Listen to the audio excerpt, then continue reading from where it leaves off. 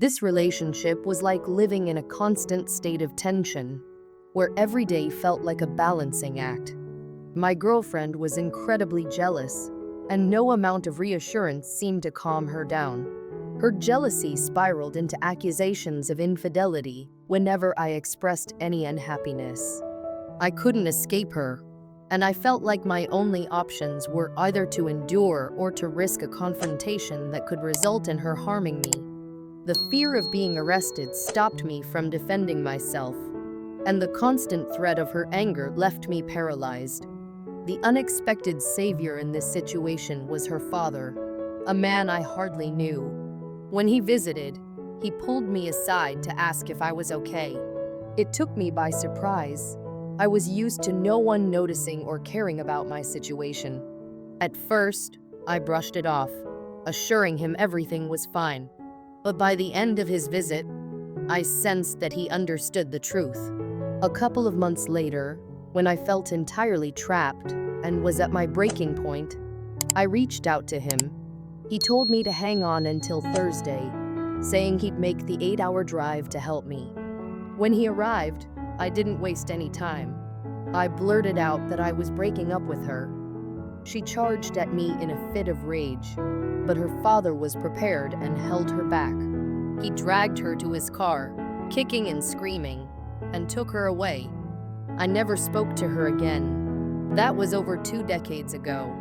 And although I've since learned she's doing fine, I sometimes still think about the what ifs. I owe my life to her father for rescuing me from that nightmare. My relationship was emotionally manipulative, with my girlfriend using guilt as a weapon to control me.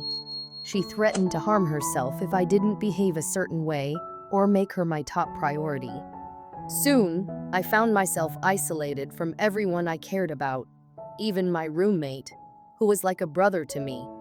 Every day was a struggle to maintain peace, and her hot and cold behavior left me constantly anxious. One day, after a particularly harsh argument where she threatened to leave, I agreed to take her to her parents' house. This response shocked her. She'd expected her threat to make me beg her to stay. I saw a glimpse of her true intentions then, and knew I had to break free, even if it meant she might retaliate in a dangerous way. I left our shared job to avoid further encounters and blocked her on every platform. After the breakup, she spread rumors about me, making it hard to socialize, even with friends who knew me well. Despite the challenges, I knew I'd made the right decision, and I leaned on a close-knit support group to stay strong. This experience has shaped how I approach relationships, and I've chosen to remain single for the time being, not wanting to risk enduring a similar situation. I still hope she's doing better now, and friends tell me therapy has helped her change. Although I won't reconnect, it's a relief to know some good came out of our difficult relationship. My ex was a master manipulator, emotionally cruel and deeply insecure. After cheating on me, she went through months of trickle-truthing in therapy, constantly feeding me bits of information, hoping it would keep me from leaving. When I finally realized I'd gained everything I could from therapy, I cut off contact. But she continued to find ways to reach out, claiming she had health information I needed to know. Each time, her updates were bizarre lies, like having hepatitis C, or even fabricating support from therapists to convince me I was the problem. Her final attempt at manipulation was contacting my mutual friends to paint herself as the victim, isolating me further. A few friends unfriended me, but thankfully, those who really knew me stuck around. I got tested to be safe, then blocked her entirely. The ordeal taught me that I had to trust my instincts more and protect myself against toxic behavior, no matter the cost. I started standing up for myself after years of emotional abuse. I set firm boundaries and refused to let my ex manipulate me anymore. This newfound strength enraged her, and she moved out, trying to regain control by creating a dramatic scene. Instead of begging her to stay, I quietly changed the locks and got serious about protecting my peace. I saw a lawyer, scheduled therapy, and mentally prepared to go through with a full separation if necessary. It's been a month since I left, and I feel like a weight has been lifted. Sometimes I think back on all the times she threatened to end the relationship as a way to control me, and I wonder why I didn't listen sooner. If I could tell others anything from my experience, it's to listen to that inner voice telling you to leave. Don't let anyone dim your light or take away your joy. Now that I'm out, I'm focused on reclaiming my sense of self and setting a foundation of respect in future relationships. My first relationship was with a girl who manipulated me with threats of self-harm whenever I tried to break up with her. I was dealing with a lot, including family issues, and I felt responsible for her well-being. For 2 years, I was trapped, always on edge, fearing that any attempt to end things would lead to a tragedy. Eventually, I mustered the courage to cut off all contact. I stopped visiting places where she might be, blocked her on social media, and distanced myself completely. Years later, I heard from a mutual friend that she had struggled with mental health long before we met, and part of me wishes I could have known that earlier. Looking back, I recognize that I couldn't fix her, and our relationship only fueled her instability. If anyone else is in a similar situation, please know you don't have to sacrifice yourself to save someone else. Sometimes, letting go is the best thing you can do for both of you. My girlfriend was emotionally cruel, constantly belittling me, my friends, and everything I enjoyed. She mocked my aspirations, called my family weird, and frequently threatened to break up just to keep me on edge. It wore me down to the point where I stopped caring about the things I loved, and my self-worth was practically non-existent. One day, during a heated argument, she suggested I move out. I seized the opportunity, packed my things, and left. It took me a long time to rebuild my confidence, but now I'm in a healthier relationship with someone who values me. To anyone reading this, don't ignore those warning signs. Don't let anyone convince you that you're less than you are. After 10 years in a toxic relationship, I finally had a breakthrough. My girlfriend had become physically abusive, and I realized if I didn't leave, I'd end up in jail for defending myself. I packed my bags and went to stay with my dad, who welcomed me back without judgment. The time away helped me find clarity and reconnect with myself. I managed to avoid contact and resist the urge to check in. It took time to move forward, but I eventually found the strength to focus on my healing. The journey has not been easy, and I still have moments where the past haunts me. But through therapy, support from friends, and finding healthy ways to cope, I've been able to rebuild my life and create a sense of peace I never thought possible. My last girlfriend was extremely possessive, insisting I text her constantly and checking in on me every hour. If I didn't respond right away, she'd accuse me of not caring or threaten to harm herself. I was full-time in school and working, yet nothing I did seemed to be enough to reassure her. She'd send endless texts, swinging between apologies, anger, and threats, and it drained me emotionally. Finally, I cut all ties, blocked her number, and stopped going near places she frequented. It wasn't easy. Every ignored message felt like a test of my strength. I often questioned if I was doing the right thing, but over time, I saw how staying would have only prolonged our misery. Now, years later, I hope she's found stability, but I know I made the right decision to put my own well-being first.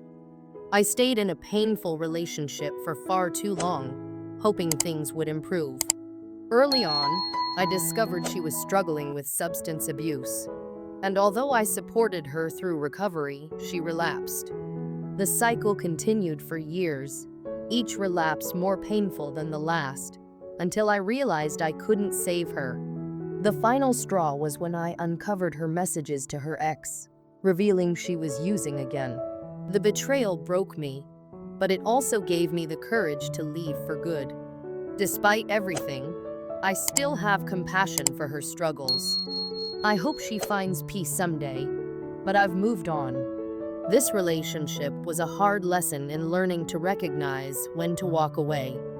If my ex reads this, it's a long shot, but you never know.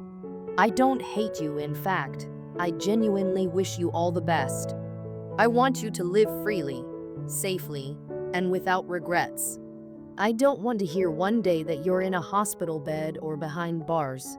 We shared good times, learned about ourselves, and grew in ways I didn't expect. But as hard as it is to admit, I'm glad we went our separate ways. Too many bridges have burned, and that part of our lives is over. So good luck, stay safe, and please move on. I've had my share of complicated relationships, and if you're watching, feel free to subscribe for more stories of love, heartbreak, and second chances. If only I'd known sooner that this relationship would devolve into a nightmare, I might have done things differently. But hindsight is 2020. And at first, she was fantastic. For almost a year, she was my best friend and partner. Then, tragedy struck. Her sister passed away, and everything changed. She began acting out, spiraling into a world of depression and paranoia. One day, she found an old Christmas card from my ex in the glove box of my car.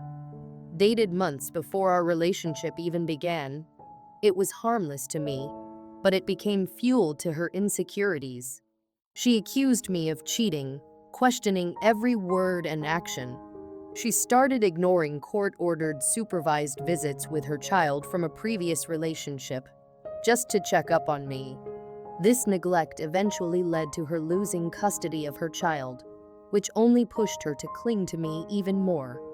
Soon, her obsession was so intense that she began showing up at my house unannounced, banging on the doors and windows in the middle of the night, screaming my name, demanding I let her in. There were nights I barely slept, not because of the noise, but because of the suffocating dread that had settled into my bones.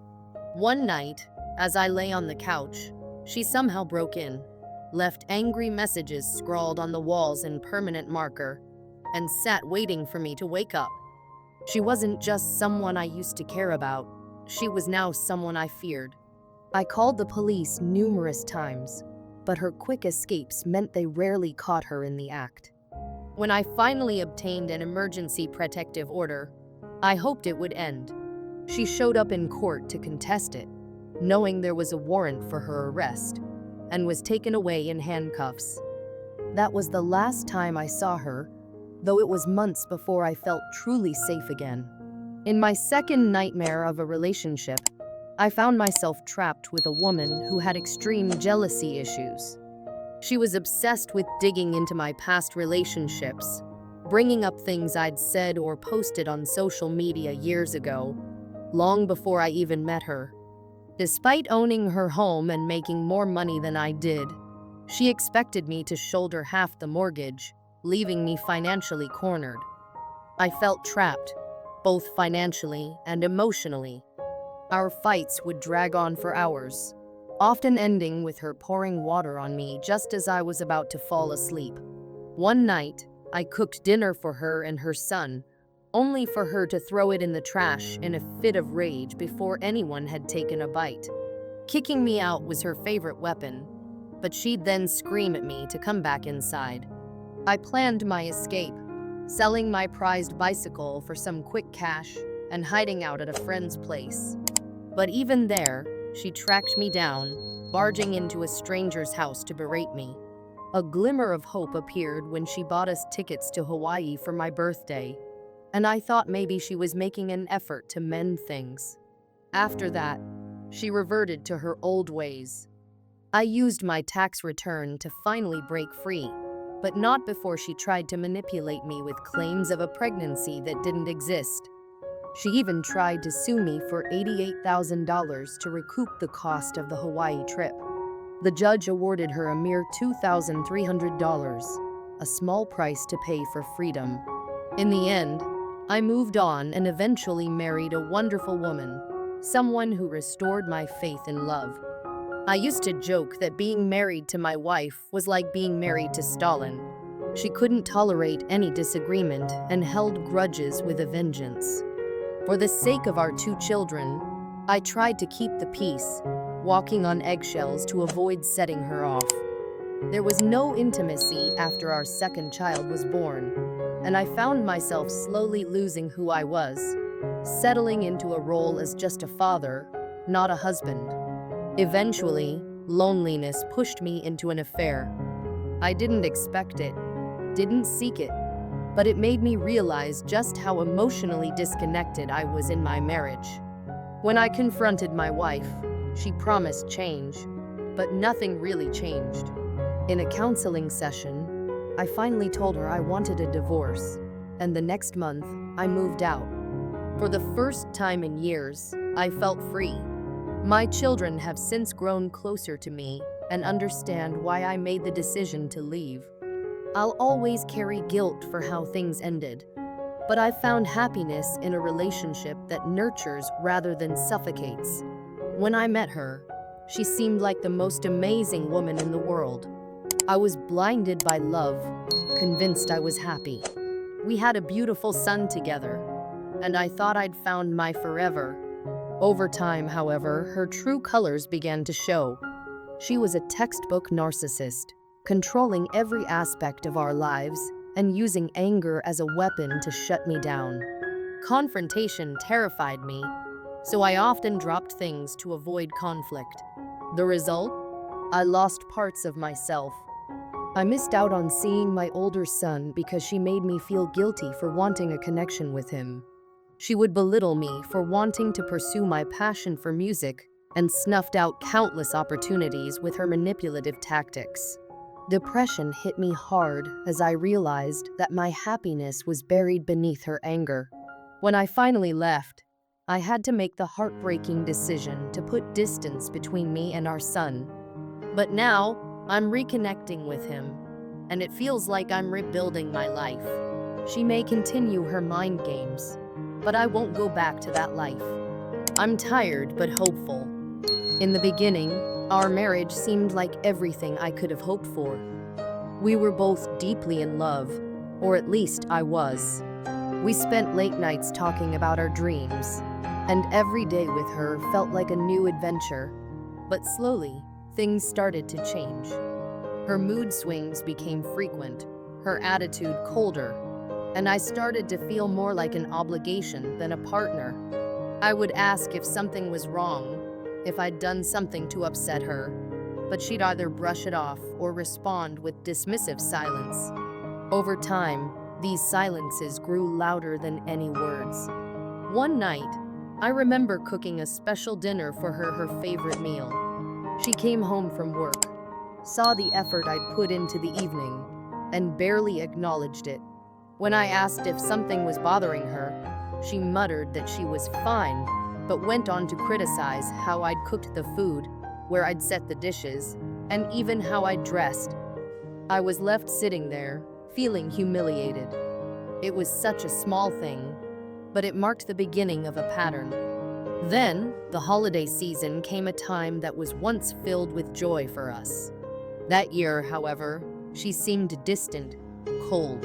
I tried to bring back some of the magic by planning a weekend getaway, but she canceled at the last minute, saying she was too busy. I only found out much later that she'd spent that weekend reconnecting with her ex. That Christmas, I could feel something was wrong. She was glued to her phone, hiding messages, taking calls in the other room. My suspicions grew, but when I confronted her, she accused me of being paranoid and too controlling. The day I found out the truth was both heartbreaking and liberating. A friend, who was also a mutual acquaintance of her ex, reached out to me to share what he knew. I felt my stomach drop. She hadn't just betrayed me, she'd also shattered every ounce of trust I had in our relationship. Still, I was willing to go to therapy, to try to work things out, thinking maybe we could rebuild. But I quickly realized she had no intention of putting in any effort. She would attend sessions, but remained distant, barely engaging in the exercises our therapist suggested. It was clear to me then, she didn't want to save our marriage. When I finally decided to ask for a divorce, it felt like ripping a bandage off an old, festering wound. But rather than reacting with sadness or regret, she erupted in anger. She accused me of abandoning her, of not being there for her, when I'd spent years trying to be the best partner I could be. Within days, she took steps to make sure the end of our marriage would hurt as much as possible. She emptied our joint bank account, leaving me financially stranded. All my savings, everything I'd worked so hard to build, gone in an instant. And then, as if to rub salt in the wound, she came back to the house while I was out and stripped it bare. She took my cats, the television, my game consoles, anything that held meaning for me. The house was left cold and empty, an echo of what my heart felt. It was a level of cruelty I hadn't anticipated from someone I once loved so deeply. For weeks, I lived in a state of numbness, barely functioning, just going through the motions. The loneliness was unbearable, and every corner of the house reminded me of her absence. My family and friends encouraged me to rebuild, to pick up the pieces, but I wasn't sure where to start. I couldn't even bring myself to look at photos of my pets because of the pain it brought. My days became filled with silence, and nights dragged on as I lay awake, replaying every argument, every sign I'd missed, wondering where things went wrong. Eventually, though, I realized I had to let go if I ever wanted to heal. I began with small steps. I cleaned out the remaining items she'd left behind, scrubbing every surface, almost as if I could erase her memory by making the house feel new again. I took up reading and found solace in books that taught me about resilience and self-discovery. I started running again, finding freedom in each step, learning to love the quiet moments I once dreaded. With time, I began reconnecting with friends and family, people who reminded me of who I was before the relationship. They encouraged me to rediscover hobbies and passions I'd set aside, and slowly, I found joy in things I hadn't felt in years. I even began reaching out to new people, forming connections without the weight of my past relationship dragging me down. Eventually, I found happiness on my own. I learned to appreciate my own company and the peace that comes from being in control of my own life. And one day, seemingly out of nowhere, I met someone who made me feel seen and appreciated without needing to change who I was. She respected my journey, my past, and encouraged me to keep growing. She became a reminder that love can be kind, compassionate, and healing. Looking back now, I feel a mix of emotions. There's some lingering anger, and there are moments of grief for the life I thought I was building.